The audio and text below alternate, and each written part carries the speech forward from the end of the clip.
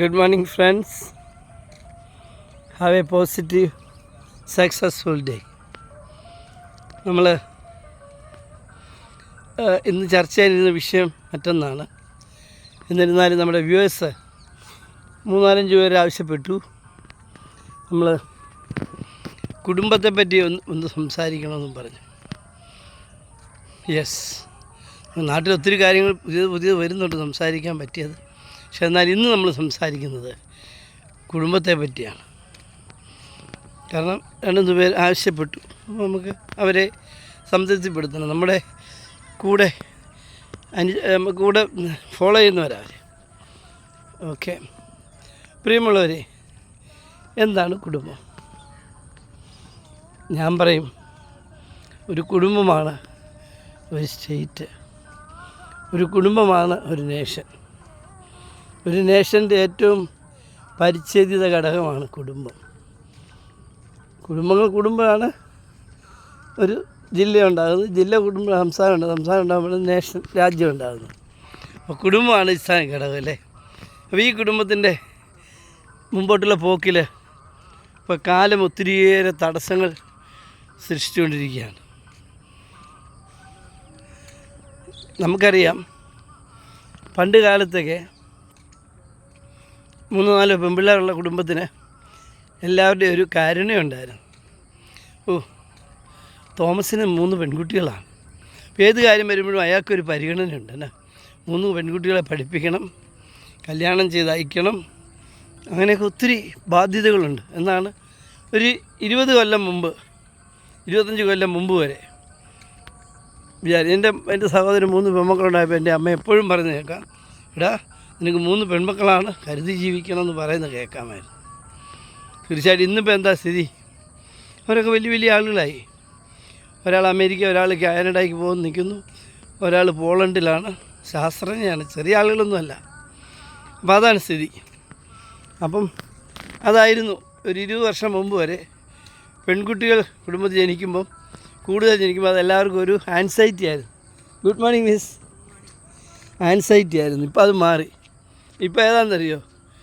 ആൺകുട്ടികൾ വീട്ടിൽ നിൽക്കുമ്പോഴാണ് ആൻസൈറ്റി.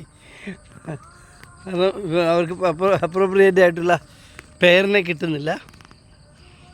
അത് പല തരത്തിലുള്ള പ്രശ്നങ്ങൾ കൊണ്ടാണ്. അപ്പം ഞാൻ ഓർത്തു, ചില പ്രത്യേക മതവിഭാഗങ്ങൾ പുറത്തുനിന്ന് ആരും എടുക്കാത്തതുകൊണ്ട് അവർക്ക് ആ പ്രശ്നം. അപ്പോൾ അന്വേഷിച്ച് വന്നപ്പോൾ എല്ലാ ഗ്രൂപ്പിലും ഈ പ്രശ്നമുണ്ട്. പഠിച്ചപ്പോഴാണ് മനസ്സിലായത്, ഇത്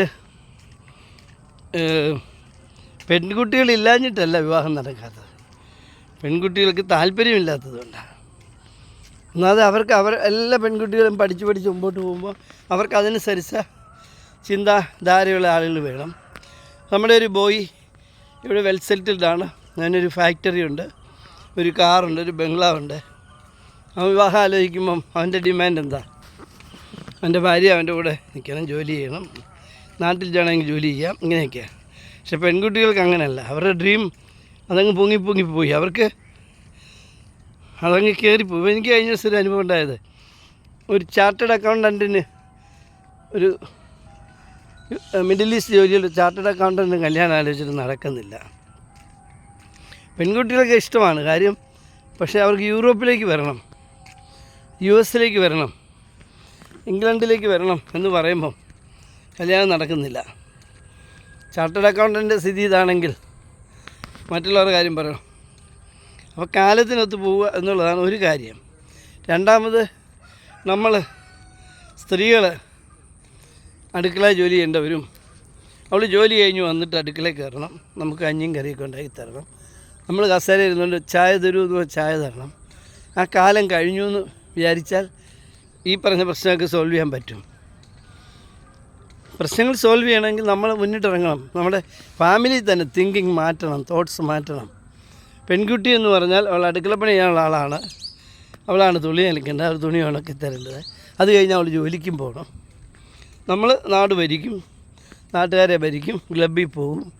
ആ കാലം കഴിഞ്ഞു മക്കളെ, ഇനി നടക്കത്തില്ല. അത് ഞാൻ ഓർത്തു പോകുന്നത്, എൻ്റെ മകൻ്റെ വിവാഹത്തിൻ്റെ സന്ദർഭത്തിൽ നമ്മുടെ ആശിച്ച് മോഹിച്ച് 4 വർഷം പ്രേമിച്ച് കെട്ടിയതാണ്. കെട്ടിക്കഴിഞ്ഞ് ഫസ്റ്റ് ഡേയിൽ തന്നെ ഫസ്റ്റ് ഡേ നേരം വെളുത്ത് കഴിഞ്ഞപ്പോൾ അവൾ ചോദിച്ചു, ഡാർലിങ് താൻ കുക്ക് ചെയ്യുകയാണോ അതോ താൻ വാഷ് ചെയ്യുന്നു? 4 ദിവസമായിട്ട് നമ്മുടെ ഡ്രസ്സെല്ലാം കിടക്കുക, വാഷ് ചെയ്യുന്നു, കുക്ക് ചെയ്യുന്നു. എൻ്റെ മോൻ ഒരിക്കലും എൻ്റെ വീട്ടിൽ വെച്ച് അങ്ങനെ ചെയ്തിട്ടില്ല. എൻ്റെ ഭാര്യ പൊന്നുപോലെ വളർത്തിയ മോനാണ്, ഒറ്റ മോനാണ്. അവൻ്റെ പറയും, പപ്പ ഞാനൊന്ന് ചിന്തിച്ചു, ഞാനോർത്ത് ഭേദം തുണിയിലൊക്കെ വാഷിംഗ് മെഷീൻ ഉണ്ടല്ലോ, പിന്നെ അതിൻ്റെ ബുദ്ധിമുട്ട് മനസ്സിലായെന്നാണ്. അപ്പോൾ അവൻ അന്നത് പഠിച്ചു. പിറ്റേ ദിവസം അവൻ കുക്ക് ചെയ്യാൻ പഠിച്ചു. അപ്പോൾ അവിടെയൊക്കെ ഇതെല്ലാം എളുപ്പമുണ്ട്, എല്ലാം പ്രോസസ്സ് ചെയ്ത് കിട്ടും. വെജിറ്റബിൾസും ഫ്രൂട്ടും എല്ലാം അതിങ്ങനെ പൊട്ടിച്ച് ശരിയാക്കിയാൽ മതി. പക്ഷെ അത് ചെയ്യണം. ഇപ്പോൾ ഇന്ത്യയിലും ആയിക്കഴിഞ്ഞു, ഇപ്പം ലുലുമാളിലൊക്കെ കട്ട് ചെയ്ത സാമ്പാർ കൂട്ട്, തോരൻ, മെഴുക്കുവരട്ടി എന്നൊക്കെ പറയും കവർ കിട്ടും, വാങ്ങിക്കാൻ കിട്ടും. അത് വാങ്ങിച്ചുകൊണ്ട് വന്നാൽ വീട്ടിൽ വന്നാൽ 1 സെക്കൻഡ് പോരെ ഇത് പ്രിപ്പയർ ചെയ്യാനൊക്കെ. കുക്കിങ്ങിൻ്റെ റേഞ്ചെല്ലാം മാറി. ഒരു കാര്യം ഞാൻ പറയാം, നമ്മുടെ കുഞ്ഞുങ്ങളെ വളർത്തിക്കൊണ്ട് വരുമ്പോഴേ ശ്രദ്ധിക്കണം. വീട്ടുജോലികൾ ചെയ്യാൻ പഠിപ്പിക്കണം. വാഷിംഗ് മെഷീനിൽ തുണിയെടുത്ത് വിരിച്ച് ഉണക്കാൻ പഠിപ്പിക്കണം. മടക്കി വെക്കാൻ പഠിപ്പിക്കണം. കഴിവതും റിങ്കിൾ ഫ്രീ ഡ്രസ്സുകൾ എടുക്കാൻ പഠിക്കണം. റിങ്കിൾ ഫ്രീ ആകുമ്പോൾ തേക്കുണ്ടല്ലോ, വിദേശികളൊക്കെ 90% ഉപയോഗിക്കുന്നത് റിങ്കിൾ ഫ്രീ ആണ്. അപ്പോൾ അവർ വാഷ് ചെയ്ത് ഉണക്കിയെടുത്ത് 2 മെഷീനിലാണ് ഉണക്കിയെടുത്താൽ പിന്നെ നേരെ വാർഡ്രോബിലേക്ക് മാറ്റുക, അടുത്ത് ഇടുക. അല്ലാതെ തേക്കുന്നൊന്നുമില്ല. കഴിവതും തേക്കാറില്ല. തേക്കുന്നുണ്ടോയെന്ന് ചോദിച്ചാൽ അത്രയും നൂതനമായിട്ട് നമ്മൾ പോയി നോക്കിയിട്ടില്ലല്ലോ. എന്നാലും കണ്ടത് അങ്ങനെയാണ്. നമ്മൾ കുഞ്ഞുങ്ങളെ പരിശീലിപ്പിക്കണം കുഞ്ഞിലേ തൊട്ട് തന്നെ. അടുക്കളയിൽ കറിക്കരിയാൻ പഠിപ്പിക്കണം. ഈ ബോയിൽ ചെയ്ത് വരുമ്പം കൈ കൊള്ളാതിരിക്കാൻ എന്ത് ചെയ്യണമെന്ന് പഠിപ്പിക്കണം. ഫിഷ് ഫ്രൈ ചെയ്യുമ്പോൾ അത് ശീലിപ്പിച്ച് കൊണ്ടുവരണം. അത് ബോയ് ആയാലും ഗേളായാലും. ഇനി ഗേൾ ഇതെല്ലാം ചെയ്തോളൂ എന്നുള്ള കാലമൊക്കെ പോയി. കഴിഞ്ഞ ദിവസം ഒരു രസം ഉണ്ടായത്, ഇത് ഫാമിലിയിലെ കാര്യങ്ങളാണ് ഈ പറയുന്നത്. എൻ്റെ ഫാമിലി മാത്രമല്ല, എൻ്റെ ഫ്രണ്ട്സിന് ഒരു ജോലിയും കഴിഞ്ഞ് വന്നപ്പം വല്യപ്പനും വല്യമ്മയൊക്കെ ഉണ്ട് വാതുകയിലുമുണ്ട്. അവൾ വന്നാൽ സെറ്റ് ചെയ്തിരുന്നിട്ട്, ഹസ്ബൻഡാ ഒരു ചായ ഇട്ട് കൊണ്ടുപോടാന്ന് പറഞ്ഞു. അപ്പൻ്റെ അമ്മയുടെ ഒക്കെ മുഖം പോയത് അതേപ്പറ്റി പറഞ്ഞിട്ട്. പക്ഷെ അവൻ പോയി ചായ ഇട്ടുണ്ടോന്ന് കൊടുത്തു. നിനക്ക് ഒത്തിരി ക്ഷീണമായത്, ഇന്ന് ഡിപ്പാർട്ട്മെൻറ്റ് വണ്ടി ഇല്ലായിരുന്നു, ഞാൻ ബസ്സിലാണ് വന്നത്. അവിടെ പരിദേവനങ്ങളൊക്കെ അവൾ പറഞ്ഞു. കുറച്ച് കഴിയുമ്പോൾ അപ്പനും അമ്മയ്ക്കും മനസ്സിലായി. അവൾ ജോലിയും കഴിഞ്ഞ് ടയർഡായി വന്നപ്പം ആദ്യം അവർ ഞെട്ടിപ്പോയി. അവർ തന്നെ എന്നോട് പറഞ്ഞു, അവളങ്ങനെ പറയുമ്പോൾ ഞാൻ ഞെട്ടിപ്പോയി. അവളല്ലേ ചായ ഇട്ട് കൊടുക്കണ്ടേ ആദ്യം ഓർത്തെന്ന്.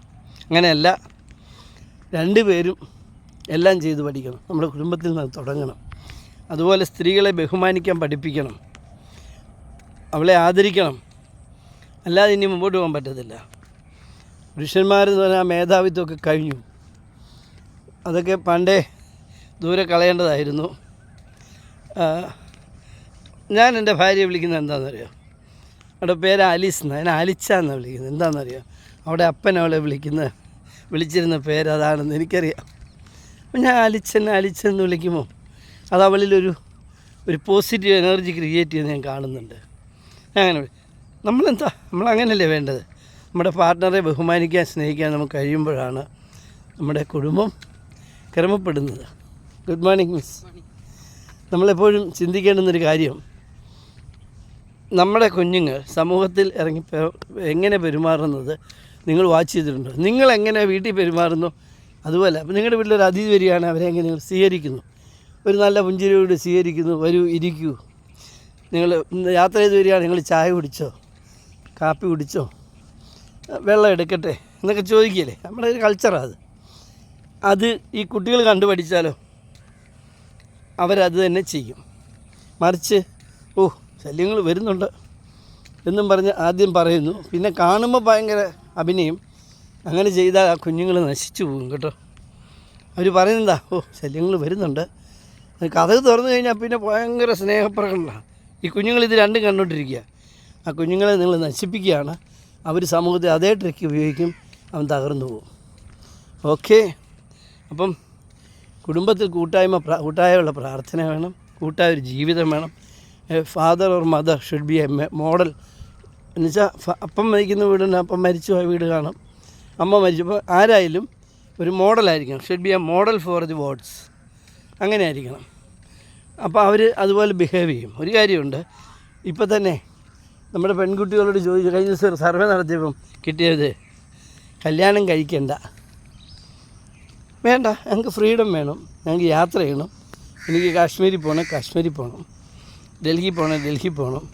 ഇതിപ്പോൾ ജോലി സ്ഥലത്തല്ലാതെ പുറത്തോട്ടിറങ്ങി എവിടെ പോകുന്നടി എന്ന് ചോദിക്കുന്ന ചോദ്യമൊക്കെ വലിയ ഗണിപ്പിച്ച ആ കാലം കഴിഞ്ഞു. അപ്പം അതുകൊണ്ട് അവർ വിവാഹം കഴിക്കുന്നില്ല. പിന്നെ ലിവിങ് ടുഗദർ പ്രിഫർ ചെയ്യാൻ തുടങ്ങി.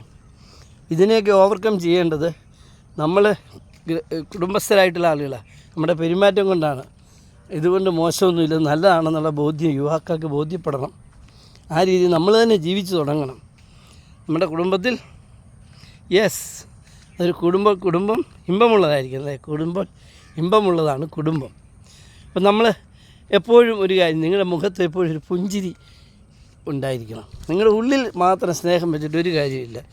ബാങ്കിൽ കണ്ടില്ല ഒരു പാർട്ടി 1.5 കോടി വീതം 2 ബാങ്കിൽ കിടക്കുന്ന ആളാണ് ആളുകളെ കൊന്ന് ജീവിച്ചതല്ലേ.